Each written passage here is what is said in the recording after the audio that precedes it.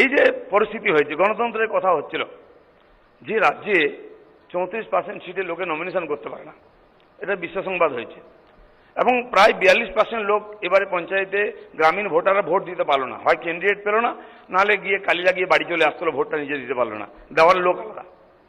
আপনি নিজের বিল দেবেন, পুজোর চাঁদা দেবেন, কিন্তু ভোট দিতে পারবেন না। এটা আমাদের বাংলার গণতন্ত্র। আর সেই গণতন্ত্রের যিনি মুখ এখানে, তিনি সবসময় বলছেন দেশে গণতন্ত্র নাই।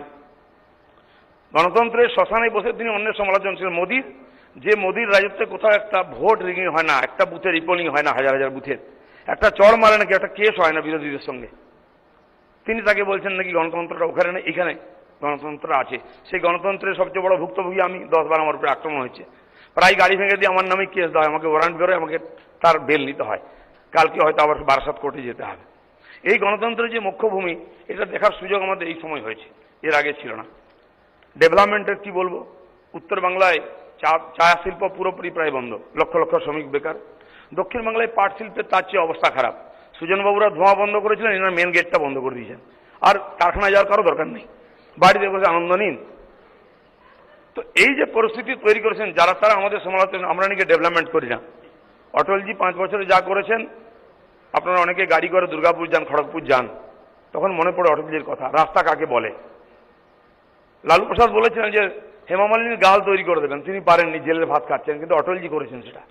আমরা 2 ঘন্টায় 2 ঘন্টায় খড়গপুর যেতে পারি, 1.5 ঘন্টায় দুর্গাপুর যেতে পারি, এটা অটলজির অ্যাচিভমেন্ট, এটা দূরদর্শিতা, একে বলে নেতৃত্ব। নেতা নয়, স্টেটসম্যান, সেটা আমরা দিয়েছি। তো এই যে পরিস্থিতি এখানে তৈরি হয়েছে, তার পরিবর্তন আমরা চাইছি। পরিবর্তন মানে পরিবর্তন তো হয়েছে, পরিবর্তন থেকে পরিত্রাণ চাইছি আমরা, তাই আরেকটা পরিবর্তন চাইছি। 19টা হচ্ছে সেমিফাইনাল। আমরা সবকা সাথ সবকা বিকাশের রাজনীতি করি, আমরা নাকি সাম্প্রদায়িক। যারা আলাদা সংখ্যালঘু স্কুল করেছে, কলেজ করেছে, ইউনিভার্সিটি করেছে, হসপিটাল পর্যন্ত করে দিয়েছে, মরার জন্য আলাদা মরতে হবে, কবরস্থান তো আলাদা হয়, তারা নাকি সেকুলার। আর আমরা সবকা সাথ সবকা বিকাশ বলেছি, 7 কোটি মহিলাকে গ্যাস দিয়েছি, হিন্দু মুসলমান খ্রিস্টান বা ভাষা দেখিনি। কোটি কোটি গরিব মানুষের মাথার উপরে ছাদ করে দিয়েছি, ভাষা ধর্ম ভেদাভেদ করিনি। কোটি কোটি মানুষের বাড়িতে শৌচালয় করে দিয়েছি, কোটি কোটি মহিলাকে সম্মান দিয়েছি, কোটি কোটি শ্রমিকের পেনশনের ব্যবস্থা করেছি, জাতি ধর্ম ভাষা দেখেনি। আমরা সাম্প্রদায়িক। আর যারা ভাগাভাগি করে রাজনীতি করছেন, তারা হচ্ছেন সেকুলার, তারা আমাদের সার্টিফিকেট দিচ্ছেন। স্বৈরতন্ত্রের তো চূড়ান্ত এখানে। মোদীবাবু নাকি হিটলার, যিনি শাড়ি পরে এসেছেন তার চেয়ে বড় হিটলার আমরা কাউকে দেখিনি আজ পর্যন্ত। শাড়ি পরা হিটলার দেখতে হলে বাংলায় আসতে হবে। আরে আমি কি, তার পার্টির লোকেরাই তার সামনে কথা বলতে পারে না। তো একজনই স্টার, অবশ্য এখানে কম পড়েছে, বাংলাদেশ থেকে নিয়ে আসতে হয়েছে। আমি জানতাম যে ভোটার কম পড়লে রোহিঙ্গা আসে আর অনুপ্রবেশকারী আসে, এখন প্রচারের জন্য বাংলাদেশ থেকে লোক আনতে হয়েছে। আমার মনে হয় এরকম ইনোভেটিভ আইডিয়া এর আগে কেউ করেনি।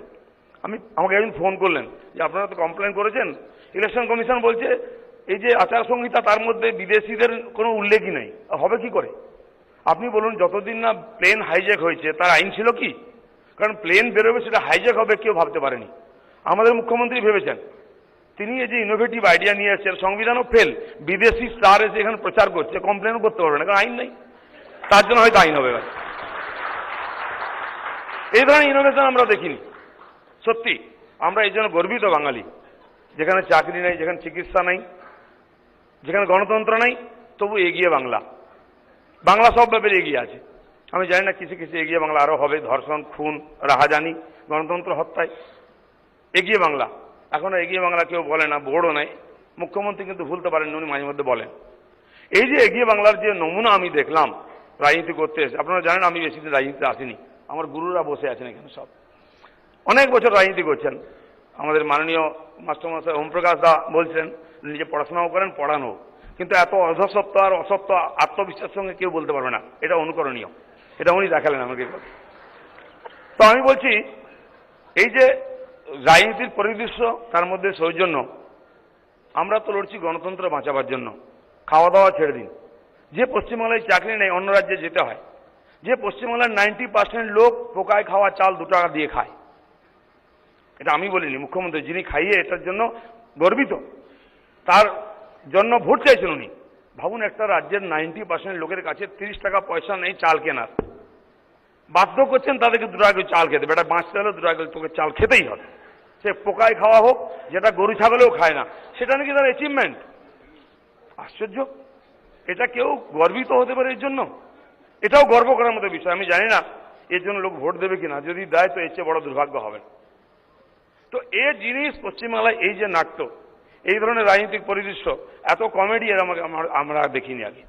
এই ধরনের নতুন নতুন আবিষ্কার এটা পশ্চিমবাংলা দেখতে পাচ্ছি আমরা। আর আমরা যারা ভারতীয় জনতা পার্টি করি, পৃথিবীর সবচেয়ে বড় গণতন্ত্রের সবচেয়ে বড় গণতান্ত্রিক পার্টি, যদি গণতন্ত্র থাকতো একটাই পার্টি, ভারতীয় জনতা পার্টি। তাই মোদির মতো চাওয়ালার ছেলে আজকে প্রধানমন্ত্রী হয়েছে, অমিত শাহর মতো লোক একটা পার্টির প্রেসিডেন্ট হয়েছে, আমার মতো চাষার ছেলে এই রাজ্যের প্রেসিডেন্ট হয়েছে।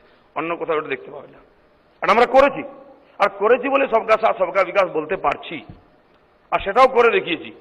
এখন সুজনবাবু বলছেন সবাই নাকি কষ্টে আছে। হতে পারে, যারা যারা ক্ষমতার থেকে চলে গেছেন, নির্বাচনে হেরে গেছেন, কষ্ট তো হবেই। যাদের জিএসটিতে ট্যাক্স দিতে হচ্ছে নতুন, তাদের তো কষ্ট হবেই। ডিমনিটাইজেশনে যাদের টাকা চলে গেছে তাদের তো কষ্ট হবেই। আমি কি করব? এটা আমি কিন্তু করবই। মোদি ফিরে এলে এটা আরো বেশি হবে, কষ্ট বাড়বে, কিছু করার নেই। মোদি প্রাইম মিনিস্টার হবেনি, এটা বিধির বিধান। কিন্তু আমি বলছি, আমরা যে পার্টি করি, আমরা আমাদের কর্মীদের শেখাই nation first, party second, self last. বাকি পার্টির প্রতিনিধিরা বসে আছেন, সুজনবাবুরা কমিউনিস্ট পার্টি করেন, সেখানে তো party first, party second, party third, তার বাইরে কোনো কথা, নেশন বলে কোনো বিষয় নেই। তিনি আবার দেশের কথা বলছিলেন, দেশ কোথায় আছে?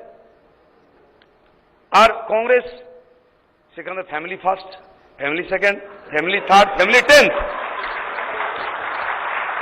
কি ওম প্রকাশ বাবু আমাকে গণতন্ত্র শেখাচ্ছেন। বাকি টিএমসি কি আছে আমি জানি না, সেলফ ফার্স্ট, সেলফ লাস্ট, মাঝখানে কোনো খালি গ্যাপ আছে। তারা বিজেপির দিকে আঙুল তুলছেন। যে শ্যামাপ্রসাদ মুখার্জি শিল্পনীতি তৈরি করেছেন, চিত্তরঞ্জন লোকোমেটি তৈরি করেছিলেন, সিন্ধি কারখানা, আমি লম্বা লিস্ট দিতে পারি, ওইদিকে যাব না। আমরা নাকি শিল্প বুঝি না। শিল্প কারা বুঝেছেন? যারা ধোঁয়া বন্ধ করেছেন, যারা গেট বন্ধ করেন, তারা নাকি শিল্পীরা ভালো বোঝেন শিল্প। এখানে বিদ্যুৎ কেন সারপ্লাস হয়েছে? কারখানা বন্ধ হয়ে গেছে, সেটাও অ্যাচিভমেন্ট। বিদ্যুৎ সারপ্লাস, কারখানা বন্ধ করে বিদ্যুৎ সারপ্লাস করার মতো এই যে গৌরব, এটা অন্য কেউ করতে পারেনি। এটা করেছেন আমাদের মুখ্যমন্ত্রী, তার জন্য ভোট চাইছেন। সেজন্য বন্ধুগণ, আমরা যে রাজনীতিতে বিশ্বাসী, সেই রাজনীতিটা সারা ভারতবর্ষের লোক স্বীকার করেছে। 75% জায়গা আজকে বিজেপি ঝান্ডার তলায় আছে। আমরা পশ্চিমবাংলাকে সেখানে নিয়ে যেতে চাইছি। অনেকের কষ্ট হচ্ছে, আমরা দেখেছি 72 বছর এখানকার রাজনীতি। যারা বলেছেন আমরা নাকি স্বৈরাচারী, সংবিধানকে তারা বাড়ির এই যে বাজার করা যে খাতা থাকেন তার চেয়েও তুচ্ছ করে ফেলেছেন। এই কংগ্রেস যখন যে নির্বাচিত সরকারকে দরকার ছুঁড়ে ফেলে দিয়েছে, দখল করে নিচ্ছে সে ক্ষমতা। রাষ্ট্রীয় যত সংস্থা আছে ইন্ডিপেন্ডেন্ট, কোনো ইন্ডিপেন্ডেন্স নাই ওখানে। যখন যেমন ইচ্ছা তাকে ব্যবহার করেছেন নিজের ক্লাবের মতো করে। তারা আমাদেরকে আঙুল তুলছে আমরা কি স্বৈরাচারী? সমস্ত সংস্থা নষ্ট হয়ে যাচ্ছে। সুপ্রিম কোর্টের জাস্টিসের উপরে কে ইমপিচমেন্ট নিয়ে এসছে? সুপ্রিম কোর্টের চিফ জাস্টিসকে ইমপিচমেন্ট করার সমস্ত প্রস্তুতি করেছেন কারা? তারা গণতন্ত্র প্রিয়, তারা সংবিধান মানেন। আর বিজেপি স্বৈরাচারী। কারণ আমরা সবকা সাথ সবকা বিকাশ বলি, নিজেকে চৌকিদার বলি, আমরা দেশকে ফার্স্ট বলি, সেলফকে লাস্ট বলি। যদি আমরা স্বৈরাচারী হই, দিলীপ ঘোষ সম্পর্কে গর্বের সঙ্গে স্বৈরাচারী নিজেকে মনে করবে। আমি এই গণতন্ত্র চাই যেখানে গরিব মানুষ, সাধারণ মানুষ নিজের কথা বলবে। তার জন্য কাজ হবে। কষ্টটা দেশের মানুষের নয়। যারা দেশের মানুষকে শোষণ করছিলেন একদিন, তাদের নাগরিক অধিকার, গণতান্ত্রিক অধিকার লুট করেছিলেন, তারা কষ্টের মধ্যে আছেন। আমি তাদের জন্য দুঃখিত। সেই জন্য আমরা চাই পরিবর্তন থেকে পরিত্রাণ, বাংলায় বিজেপি আসুক, মানুষ স্বাধীনতা পাক, গর্ব করে নিজেকে বাঙালি বলুক। কারণ শ্যামাপ্রসাদ এই দেশের স্বাধীন ভারতের শেষ মহাপুরুষ এবং প্রথম রাজনৈতিক শহীদ ছিলেন। আমরা তার পরম্পরায় চলেছি, তার আদর্শ প্রতিষ্ঠিত করার জন্য এগোচ্ছি। আমি সবাইকে